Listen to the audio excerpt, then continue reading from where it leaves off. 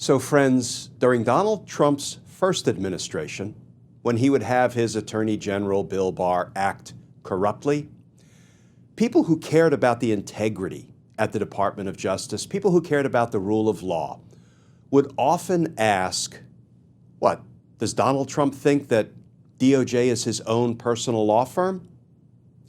Well, friends, it looks like we may have a belated answer to that question, as Donald Trump just named his own criminal defense attorneys to some of the highest posts at DOJ. Let's talk about that, because especially at the Department of Justice, justice matters.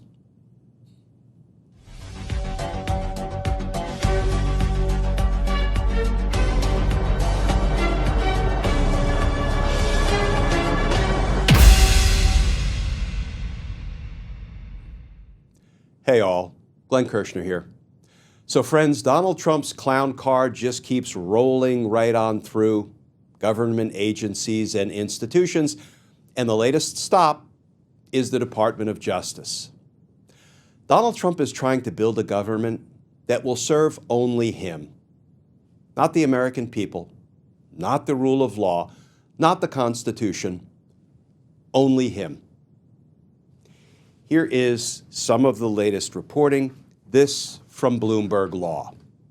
Headline, Trump picks trio of his lawyers for top justice positions. And that article begins, President-elect Donald Trump announced plans to put 3 of his personal criminal defense lawyers in top Justice Department jobs. If confirmed, Todd Blanche, a former Manhattan federal prosecutor who represented Trump in his New York hush money case, would be second in command at the Justice Department as Deputy Attorney General. Another one of his personal lawyers in the hush money case, Emile Beauvais, will serve as the Principal Associate Deputy Attorney General and as acting Deputy Attorney General, Trump said. That position doesn't require Senate confirmation. Trump separately said he plans to nominate John Sauer, his personal lawyer who argued his immunity case at the Supreme Court last term, to be the U.S. Solicitor General. That's right, John Sauer, who has argued previously that a president could use the military, SEAL Team 6, to go after his political opponents, and that would be a legitimate presidential act within his official duties, and he would be immune from criminal prosecution. That is the person Donald Trump wants to make Solicitor General, arguing cases before the United States Supreme Court. Yes, that's all my editorial addition. The article continues.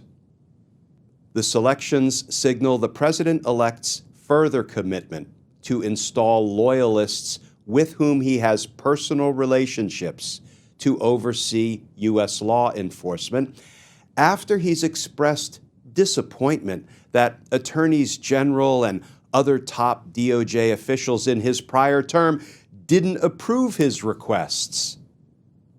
Lawless requests, the nerve of those prior DOJ officials not approving Donald Trump's lawless requests.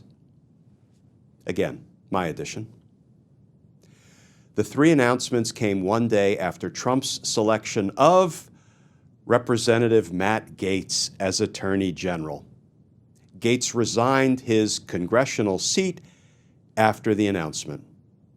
And there is the mugshot of the possible future Attorney General for the United States, Matt Gaetz. So friends, it looks like Donald Trump is trying to accomplish 2 things with these kind of appointments, right? Kind of like trying to kill 2 birds with 1 stone. You know, the problem is one bird is democracy and the other bird is the independence of the Department of Justice.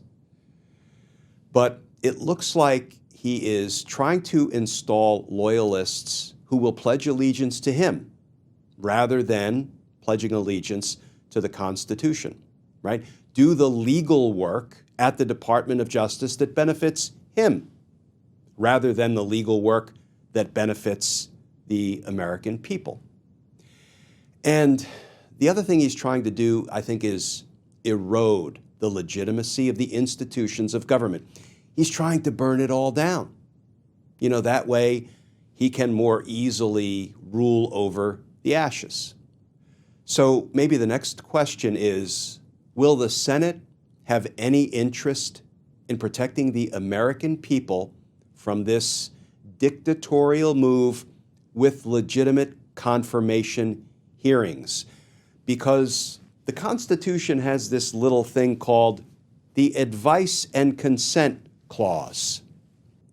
The Advice and Consent Clause of the U.S. Constitution says in substance that the President appoints federal officers, but only with the advice and consent of the Senate, meaning the Senate must approve of or confirm the appointments before they become official. Advice and consent, part of our Constitution's checks and balances, an important check on presidential power. So the question becomes, will the Republican-controlled Senate fulfill its constitutional advice and consent duties, or will the Republican senators be willing, happy even, to endanger the health and well-being of their constituents, sacrificing them to the whims of dear leader? Let's end with a point of light, friends, dim though it may be.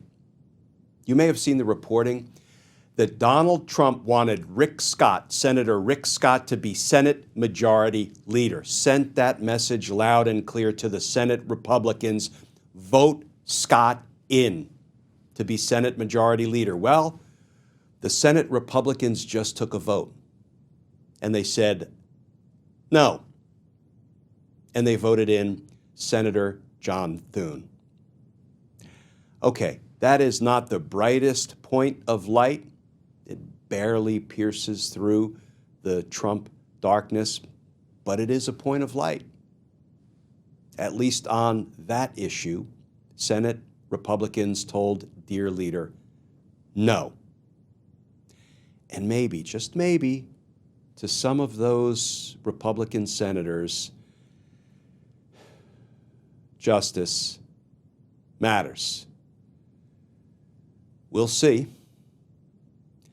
Friends, as always, please stay safe, please stay tuned, and I look forward to talking with you all again tomorrow.